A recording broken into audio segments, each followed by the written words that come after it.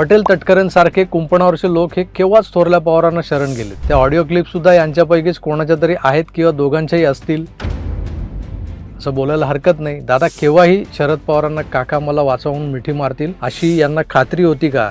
यांच्या मनात दादांबद्दल अनिश्चितता वगैरे होती का, की दादा कधी पलटी मारू शकतात, कधी पवारांकडे जाऊ शकतात? मग एवढा आकस होता का? हा आकस कॅप्टन खरात वाया रुपाली चाकणकर असा रूट झालेला तर नाहीये ना.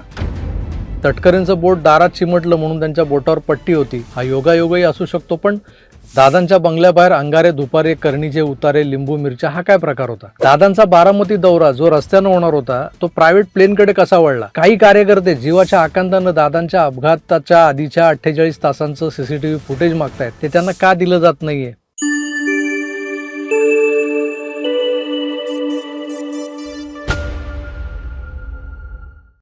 झालं काय, ते एक पत्र, NCPच्या ऑफिस बेररच्या नावाचं पत्र, सुनेत्रा पवारांनी राष्ट्रीय अध्यक्ष या नात्यानं निवडणूक आयोगाला दिलेलं ते पत्र, ज्यात काही फुटकळ क्लेरिकल मिस्टेक्स होत्या.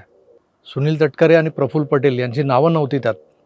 आधीच्या पत्रात नावं होती पण त्या नावापुढे पदं नव्हती आणि आता नावच गायब. असं सगळं घडत असताना राष्ट्रवादीत बंड झाल्यानंतर एकदाही जे शरद पवारांना भेटायला गेले नव्हते ते सुनील तटकरे तातडीनं सिल्वर ओकवर गेले आणि शरद पवारांना भेटले असं कळलं.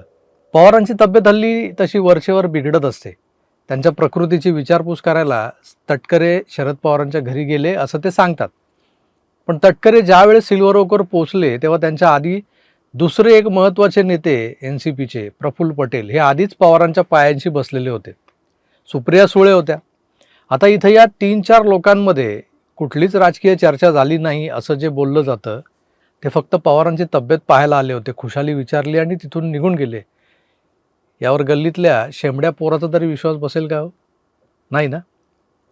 एरवी बसला असता, पण सध्या महाराष्ट्राच्या राजकारणाचं वारं जरा वेगळ्या दिशेने वाहत आहे आणि या वाऱ्याचा वेग पवारांच्या राष्ट्रवादीला सोसवणारा दिसत नाही. तर नेमकं काय चाललंय या वावटळीत, यावरच एक ओझरता कटाक्ष टाकूयात या व्हिडिओतून. गेले काही दिवस राष्ट्रवादी काँग्रेस पार्टीत सुरू असलेल्या धुसफुशीबाबतच्या सगळ्या बातम्या आपल्या कानावर येत आहेत. सुनील तटकरे आणि प्रफुल्ल पटेल या 2 मोठ्या नेत्यांच्या विरोधात या पार्टीत एक सार्वत्रिक मत निर्माण व्हावं असं जाणीवपूर्वक काहीतरी केलं जात आहे, हे आपण उघड्या डोळ्यांनी पाहतोय. आता दादांच्या अपघातानंतर ही पार्टी एकतर थोरले पवार ताब्यात घेणार, ज्या पद्धतीने सुप्रियाताई पदर कंबरेला कसून लागल्या होत्या कामाला, तसं तरी होणार होतं, नाहीतर ती फुटणार तरी होती. मोस्ट प्रॉबेबली फुटणारच होती. काही आमदार हे भारतीय जनता पक्षात तर काही आमदार शिवसेनेत जाणार. कारण NCP हा जो पक्ष आहे तो स्वतंत्र संस्थानिकांचा पक्ष मानला जातो. शरद पवारांनीच आपापल्या जोरावर आपल्या मतदारसंघातून निवडून येणाऱ्या किंवा तशी क्षमता असणाऱ्या या संस्थानिकांची मोठ बांधून त्यांचा राष्ट्रवादी काँग्रेस पक्ष बनवला होता. या पक्षाची नेमकी विचारधारा काय किंवा या पक्षाचा इतिहास काय, संस्कृती काय, याच्याशी कोणाला काही देणं घेणं नव्हतं, आजही नाही आहे. त्यामुळे फक्त सत्तेच्या जवळ राहणं, सत्तेची ऊब लागत राहिली पाहिजे आपल्याला, त्यासाठी एक निशाण हाती धरणं, या पलीकडे या आमदारांची नीतिमूल्य शून्य. अजितदादा शरद पवारांना सोडून अख्खा पक्ष घेऊन बाहेर पडले, ते सुद्धा सत्तेच्या उबदार गोधडीसाठीच, नाही का? विरोधात बसून ED, CBI, इन्कम टॅक्सची भीती, कुठले घोटाळे दिल्लीश्वर बाहेर काढतील याचा काही नेम नाही, ती धाकधूक मनात. तर आता तुरुंगात सडण्यापेक्षा सत्तेत मंत्रिपदं भूषवलेली काय वाईट, नाही का? याच विचारांनी दादा महायुतीत शिरले. मग आता जर का हा पक्ष फुटला त्यांच्या माघारी, तर हे जाणार कोणाकडे? हे मनसबदार. अनेकांना शरद पवारांच्या चमत्कारांवर प्रचंड विश्वास आहे आजही. त्यामुळे ते दादांनंतर पुन्हा सगळा पक्ष ताब्यात घेतील. पण सत्तेच्या गोधडीतले आमदार विरोधी पक्षात बसायला तयार होतील का, हा एक प्रश्न होता. मग शरद पवारांसोबत जायचं की नाही, तिकडे काय मिळणार आहे किंवा काय मिळणारच नाही, हे प्रत्येक आमदाराला समजवायला निघालेले जे नेते होते त्यांना काही आमदारांनी दोन्ही पक्षांच्या एकत्रीकरणाचा उपाय सुचवला, की आपण एकत्र येऊ आणि एकत्र आल्यानंतर पुन्हा सत्तेत जाऊ. पण या एकत्रीकरणानंतर भाजपसोबत सत्तेत बसणं काही सोडायचं नाही असं त्यांचं जे काही मत होतं.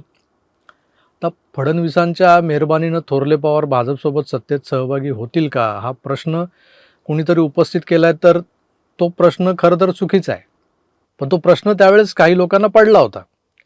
तर शरद पवार राज्यसभेवर खासदार कुणाच्या मेहरबानीने झालेत? हे वेगळं सांगायला नको. आता त्यामुळे त्या मागच्या पुढच्या प्रश्नांचा काही इकडे सुतराम संबंध लागत नाही. पण तरी शरद पवारांच्या ताब्यात जर पुन्हा NCP गेली तर दिल्लीतलं आपलं वजन कमी होणार, राज्यातली बार्गेनिंग पॉवर देखील संपणार. कारण रोहित पवार आणि सुप्रिया सुळे मैदानात उतरणार. कुठूनही या तडजोडी तटकरे पटेलांच्या फेवरमध्ये जाणार नव्हत्या. मग त्यांनीच अमित शहाना सांगून सुनेत्रा पवारांचा उपमुख्यमंत्री पदावरचा दावा तो शपथविधी वगैरे करून घेतला. असंही लोक बोलतात बाबा, आपल्याला काय माहीत नाही.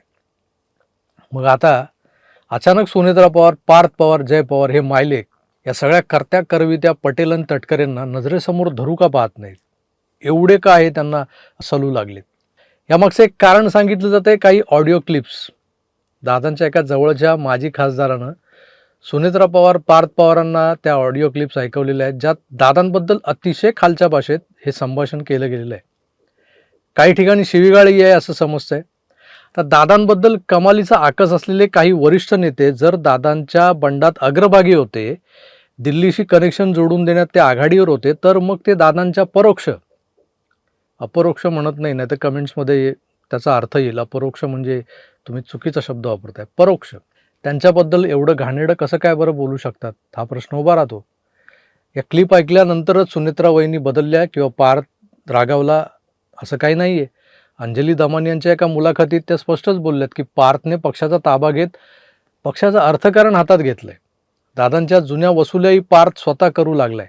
राजकारणात कोणीही धुतल्या तांदळासारखा नाही आहे. पैसा नसेल तर कुणीच, आजच्या घडीचं जे राजकारण आहे त्यात 2 मिनटं पण टिकणार नाही. त्यासाठी पैसा हा लागतोच आहे. आता सत्तेतल्या पक्षांचे वसुलीबाज हे ऑलरेडी नेमलेले आहेत. दादा हयात असताना दादांचे व्यवहार कोण बघत होतं हे देखील जगजाहीर आहे. पण आता त्यात पार्थ स्वतः लक्ष घालतोय, हे अंजली दमन यांचं स्टेटमेंट आहे, मी नाही म्हणत आहे. असो, कोण कुठून वसुली करतोय याच्याशी आपल्याला काही एक देणं घेणं नाही आहे. पण राष्ट्रवादी काँग्रेस पक्ष हा फुटीच्या उंबरठ्यावर पोहोचलाय अशा ज्या काही बातम्या येत आहेत त्यामध्ये कितपत तथ्य आहे असं विचारलं जातं तेव्हा अनेक डॉट्स जुळवावे लागतात. दादांबद्दल वाईट भाषेत बोलणारे ते नेते कोण? त्या ऑडिओ क्लिप्स यापेक्षाही आता चर्चा जी होते ती पक्षाच्या खजिन्यातून कुणाची तरी ब्युटी पार्लरची, स्पा ट्रीटमेंटची बिलं भरली जात होती. कुणासाठी तरी चार्टर प्लेनची व्यवस्था केली जात होती. त्या प्लेनची बिलंही NCPच्या पार्टी फंडातून चुकती केली जायची आणि या प्रकाराला दादांची संमती होती असं दाखवलं जात आहे. पण दादा गेल्यानंतरही या प्रकाराबद्दल जे सो कॉल्ड प्रमुख नेते आपण ज्यांना म्हणतो ते गप्प का होते? त्यांची मूकसंमती या खर्चांना होती की काय? पार्लर आणि स्पामधून पॉलिश केलेला माल, माफ करा, पॉलिश केलेला आयटम नेमका कुठे कुठे पोहोचवला जात होता यावरही विचार करावा लागणार आहे. कसं आहे की हे मुद्दे जरासे वादग्रस्तच आहेत. पार्लर स्पाची जी काही बिलं आहेत, चार्टर प्लेनची बिलं आहेत, लोकांचे कान लगेच टवकारतात. असं काय ऐकलं की पार्लरची बिलं. पण दुसऱ्या बाजूला शरद पवारांच्या मोरचूत प्रयोगानंतरही अजितदादांनी स्वतःला मेहनतीनं मोठं बनवलं. ते तरुण कार्यकर्त्यांच्या खांद्यावर हात ठेवून ते फटकळ होते, समोरच्याचा पाणउतारा करायचे. पण हा पाणउतारा आपल्या नशिबी यावा, दादांच्या 2-4 शिव्यांचे आपणही लाभार्थी व्हावं म्हणूनही अनेक कार्यकर्ते दादांसमोर नाचत असायचे मुद्दाम. कारण दादा प्रत्येक लहान मोठ्या कार्यकर्त्याच्या फोनला, मेसेजला उत्तर द्यायचे. लोकांचं काम होतंय आणि त्यातून लोक जोडले जात आहेत. पक्षाचा मतदार निर्माण होतोय, तो बांधला जातोय. मग त्यातून एखाद्या कार्यकर्त्याला 5-25 लाखांचं टेंडर मिळालं, काम मिळालं, तर तो स्कूटरवरून फॉर्च्युनरवर आला तर दादांना त्याचं अजिबात वावडं नव्हतं. कारण तो फॉर्च्युनरवाला कंत्राटदार कार्यकर्ता निवडणुकीत प्रचारासाठी पैसा लावायचा, फ्लेक्स लावायचा, बॅनर लावायचा. पण आता दादांच्या माघारी जनसामान्यांचा या पक्षाशी असलेला जो कनेक्ट आहे तो तुटत चालला आहे. चायपेक्षा किटली गरम असलेल्या PNकडे चाळणी आली आहे. ते फिल्टर लावूनच लोकांना सुनेत्रा वहिनींपर्यंत पोहोचू देत आहेत, अशा तक्रारी येत आहेत. आणि तसं असताना रोहित पवार आक्रमक झाला आहे, याबद्दल मी मागच्या व्हिडिओत बोललो होतो.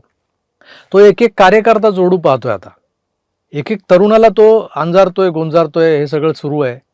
पण आता ज्यांच्यावर पक्षाची जबाबदारी आलेली आहे, जनरल सेक्रेटरी म्हणून पडली आहे, तेच पार्थ पवार जर वसुलीत गुंग आहेत असं कानावर पडलं तर होय, हा पक्ष नक्कीच फुटीच्या उंबरठ्यावर उभा आहे.